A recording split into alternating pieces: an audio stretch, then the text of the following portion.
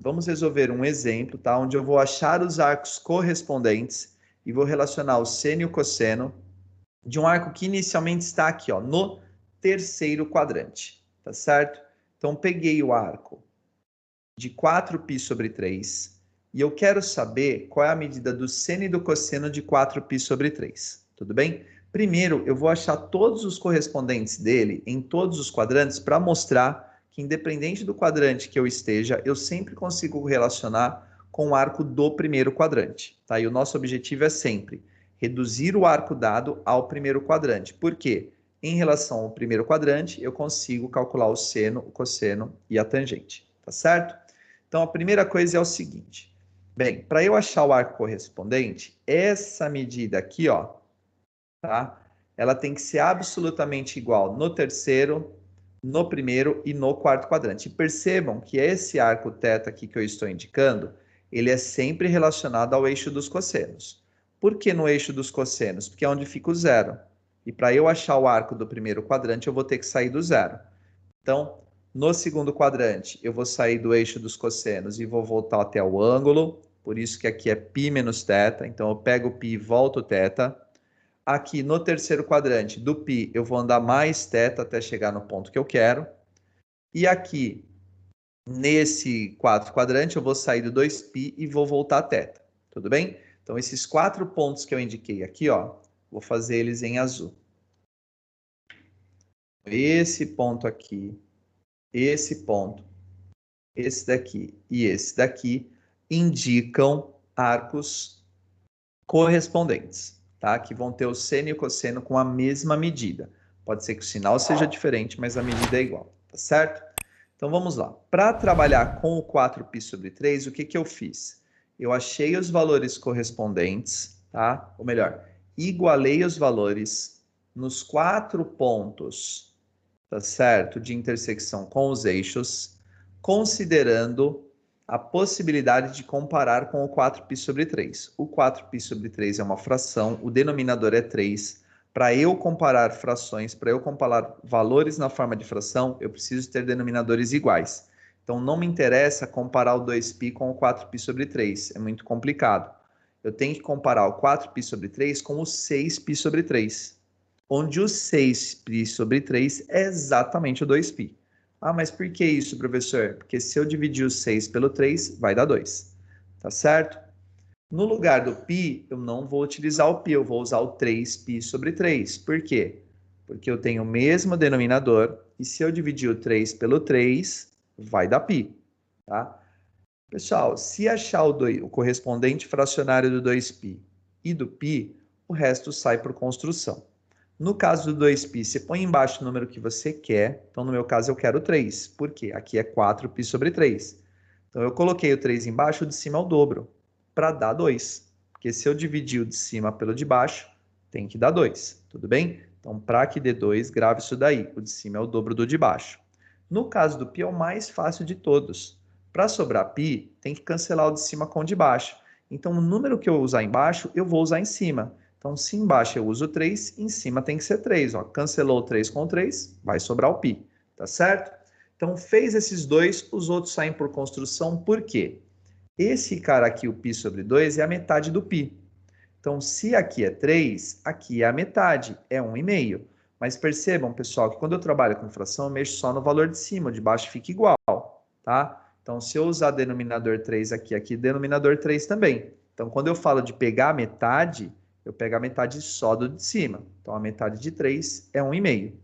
E aí, como é que eu chego nesse cara aqui? Ó? Como é que eu chego no 4,5?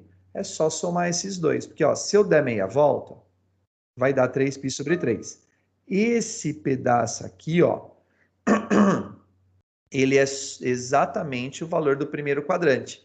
Então, se eu andar 3, vou fazer em amarelo aqui, ó, até aqui, ó, eu andei 3π sobre 3. Aí eu quero andar mais esse pedaço. Tudo bem? Quanto que mede esse pedaço? 1,5 π sobre 3. 3 mais 1,5, 4,5 π sobre 3. Acabou. Tá certo? Prontinho. Beleza? Então, deixa eu apagar aqui para não ficar poluído, tá? Então, com isso, eu achei todos esses valores, e é por isso que eu sei, tá?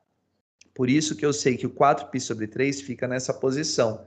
Ele está entre o 3 e o 4,5π sobre 3, beleza? Bom, então localizei o 4π sobre 3 aqui no terceiro quadrante, tá? Ele está marcadinho. Então, ó, quando o valor for dado, ele não vai ser dado no quadrante, tá bom? Ele vai dar simplesmente aqui, ó. Calcule o seno de 4π sobre 3. Beleza. Primeira coisa que você tem que fazer, localizar o 4π sobre 3 no ciclo trigonométrico. Como você faz isso? Acha os extremos como eu fiz aqui, ó, 6π sobre 3, 3π sobre 3, 1,5π sobre 3, 4,5π sobre 3. Aí você sabe que o 4π sobre 3 fica no terceiro quadrante. Bom, marcou ele no terceiro, você vai achar o correspondente no primeiro. Como? Tá? Eu sei que do π até o 4π sobre 3, essa distância tem que ser θ. A minha preocupação é achar o valor do θ. Pessoal, não vou usar o π, vou usar a fração correspondente. Se aqui é 3π sobre 3, para chegar no 4π sobre 3, quanto que eu ando? Exatamente se você pensou em 1π sobre 3. O denominador é igual, por isso que eu igualo as frações, porque aí é só trabalhar com o de cima. Do 3 para chegar no 4, eu ando 1. π sobre 3, percebam que continua valendo o denominador 3. Tá legal? Essa medida aqui, o θ, é exatamente o valor do primeiro quadrante. Então, aqui é π sobre 3. Tá certo? Vou comparar agora, então, para calcular o seno e cosseno do 4π sobre 3. Então, vamos lá aqui do lado. Então, o seno do 4π sobre 3 é igual. Vou fazer as marcações aqui, ó. Aqui é o seno de 4π sobre 3. Aqui é o seno do π sobre 3. Tá? Como esse arco θ aqui é igual, tanto aqui no terceiro quanto no primeiro quadrante, eu garanto que o seno do 4π sobre 3 tem a mesma medida que o seno do π sobre 3. Mas o seno de π sobre 3 é positivo e do 4π sobre 3 é negativo. Então, o seno de 4π sobre 3 é menos o seno de π sobre 3.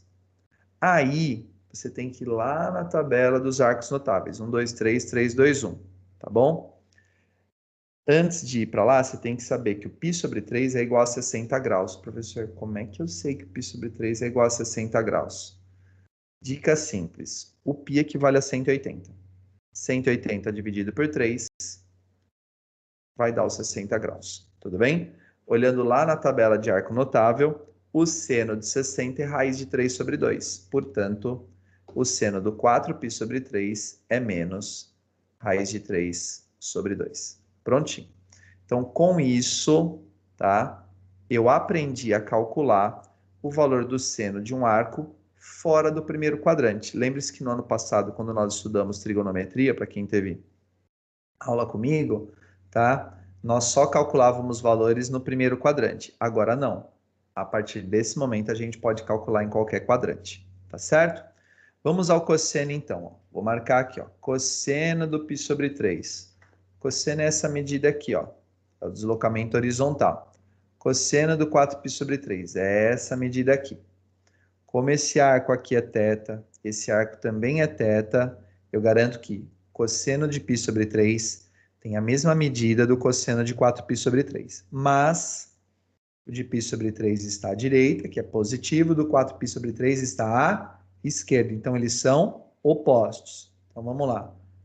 Cosseno do 4π sobre 3 é igual a menos o cosseno de π sobre 3.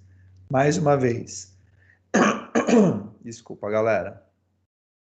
π sobre 3 corresponde a 60 graus. O cosseno de 60 é meio. Isso daqui é menos meio. Para quem não sabe também a tabela de cor, pessoal, do 1, 2, 3, 3, 2, 1, precisa decorar isso daí para não ter dor de cabeça, tá certo? Porque vocês estão vendo que a gente vai usar bastante, beleza? Bem, só para a gente completar o exercício, não precisaria fazer isso, tá? O exercício aqui, no caso, era só calcular, então, o seno e o cosseno de 4π sobre 3, Mas digamos que eu queira achar os correspondentes no segundo e no quarto quadrante, tá bom? Então aqui, lembre-se sempre. Então, para qualquer exercício, eu pego o arco e reduzo ao primeiro quadrante, é assim que eu resolvo o exercício, mas eu vou mostrar que nem que eu tivesse o ângulo no segundo e no quarto, também poderia fazer a mesma coisa, tá? Então, no segundo quadrante, aqui é 3π sobre 3, eu vou voltar θ, onde o θ é o π sobre 3, ó. Pessoal, esse θ, deixa eu até tirar essas medidas aqui em volta. Melhor, deixa eu ver que eu vou comentar.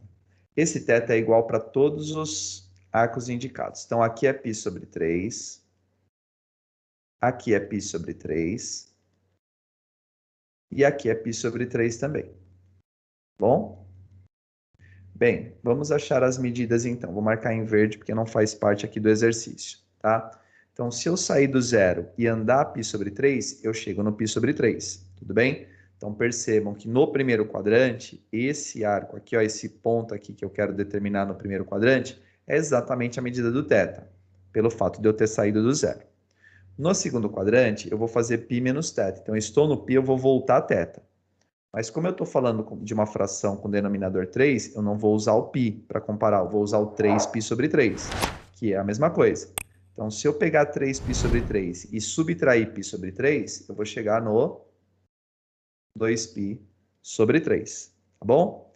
Mais uma vez aqui, ó, peguei 3π sobre 3, andei mais π sobre 3, cheguei no 4π sobre 3, valor correspondente no terceiro quadrante.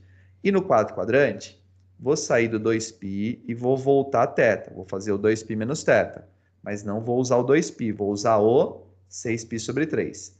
Peguei o 6π sobre 3, tirei um π sobre 3, vou chegar no... Se você pensou no 5π sobre 3, você está absolutamente correto, tá certo?